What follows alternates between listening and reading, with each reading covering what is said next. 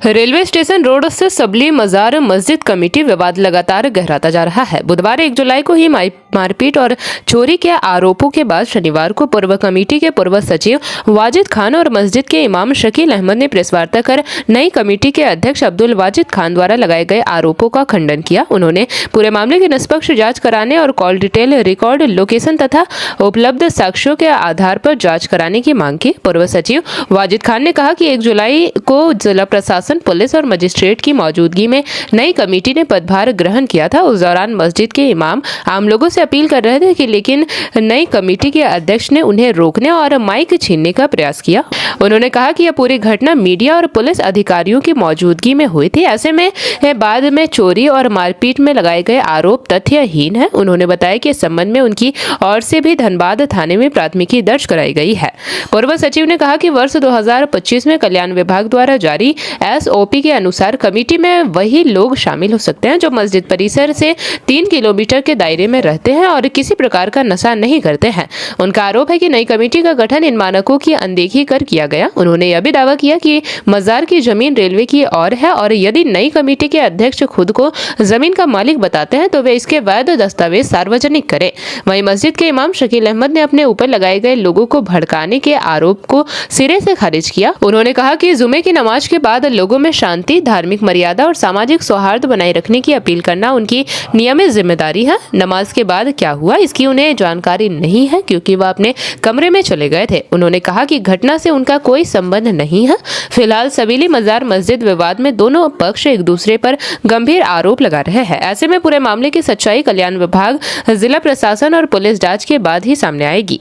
हर जुमा की तरह मैं भी इस जुमा भी जो कल जुमा गुजरा है उस जुमा भी मैं अपने मुसल्ले पे नमाज पढ़ाने के लिए गया, लोगों से स्पीच दिया।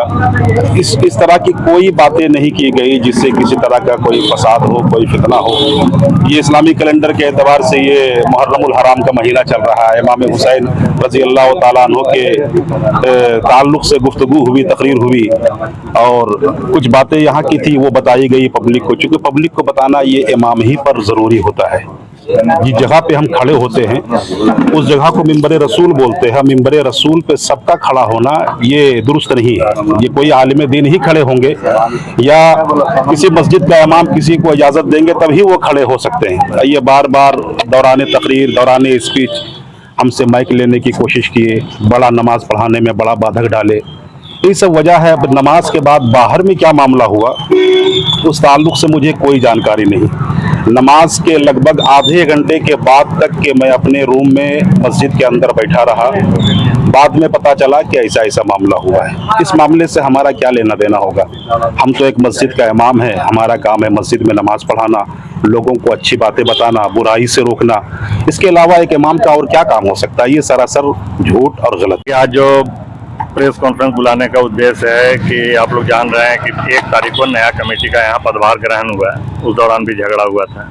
झगड़ा के बाद भी फिर जो है जुमा के नमाज के दिन भी झगड़ा हुआ और आज हम लोग कुछ लोगों पर FIR गलत ढंग से, मनगढ़ंत ढंग से हम लोगों पर किया गया है। उसके खिलाफ में हम लोग भी आज थाना में एक लिखित दिए हैं।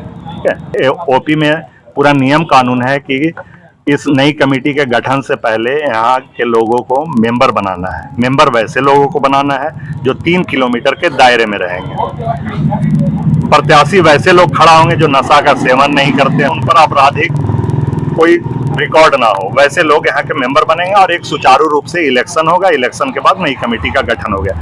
लेकिन इन तमाम अभी ये प्रक्रिया चल ही रहा था कि इस दौरान हम लोग को पता चला कि एक गुप्त रूप से जो यहाँ का वाजिद खान है, जो पूना निवासी, वो एक कमेटी बना के ले आए हैं जिसमें किसी भी तरह का कोई चुनावी प्रक्रिया का पालन ही नहीं किया गया। उसी का विरोध है कि आप जो है स्पॉट पर आके जो SOP आप हमको भेजे थे उस तरह का कि यहाँ चुनाव कराइए। चुनाव कराने में जो लोग चुने जाए वो यहाँ। अभी जो घटना जुम्मे के नमाज के दिन हुई है, 1 तारीख को जब उन्होंने अपना सारा पदभार ग्रहण किया, ग्रहण करने के बाद 1 तारीख को यहाँ के खादिम को उन्होंने भगा दिया।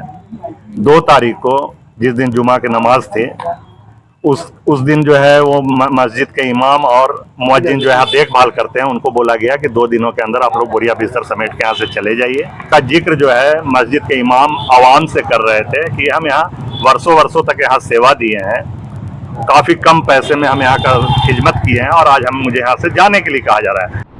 जेपी भारत लाइव, भारत की बात जेपी के साथ। वीडियो को लाइक करें, शेयर करें और चैनल को सब्सक्राइब करें।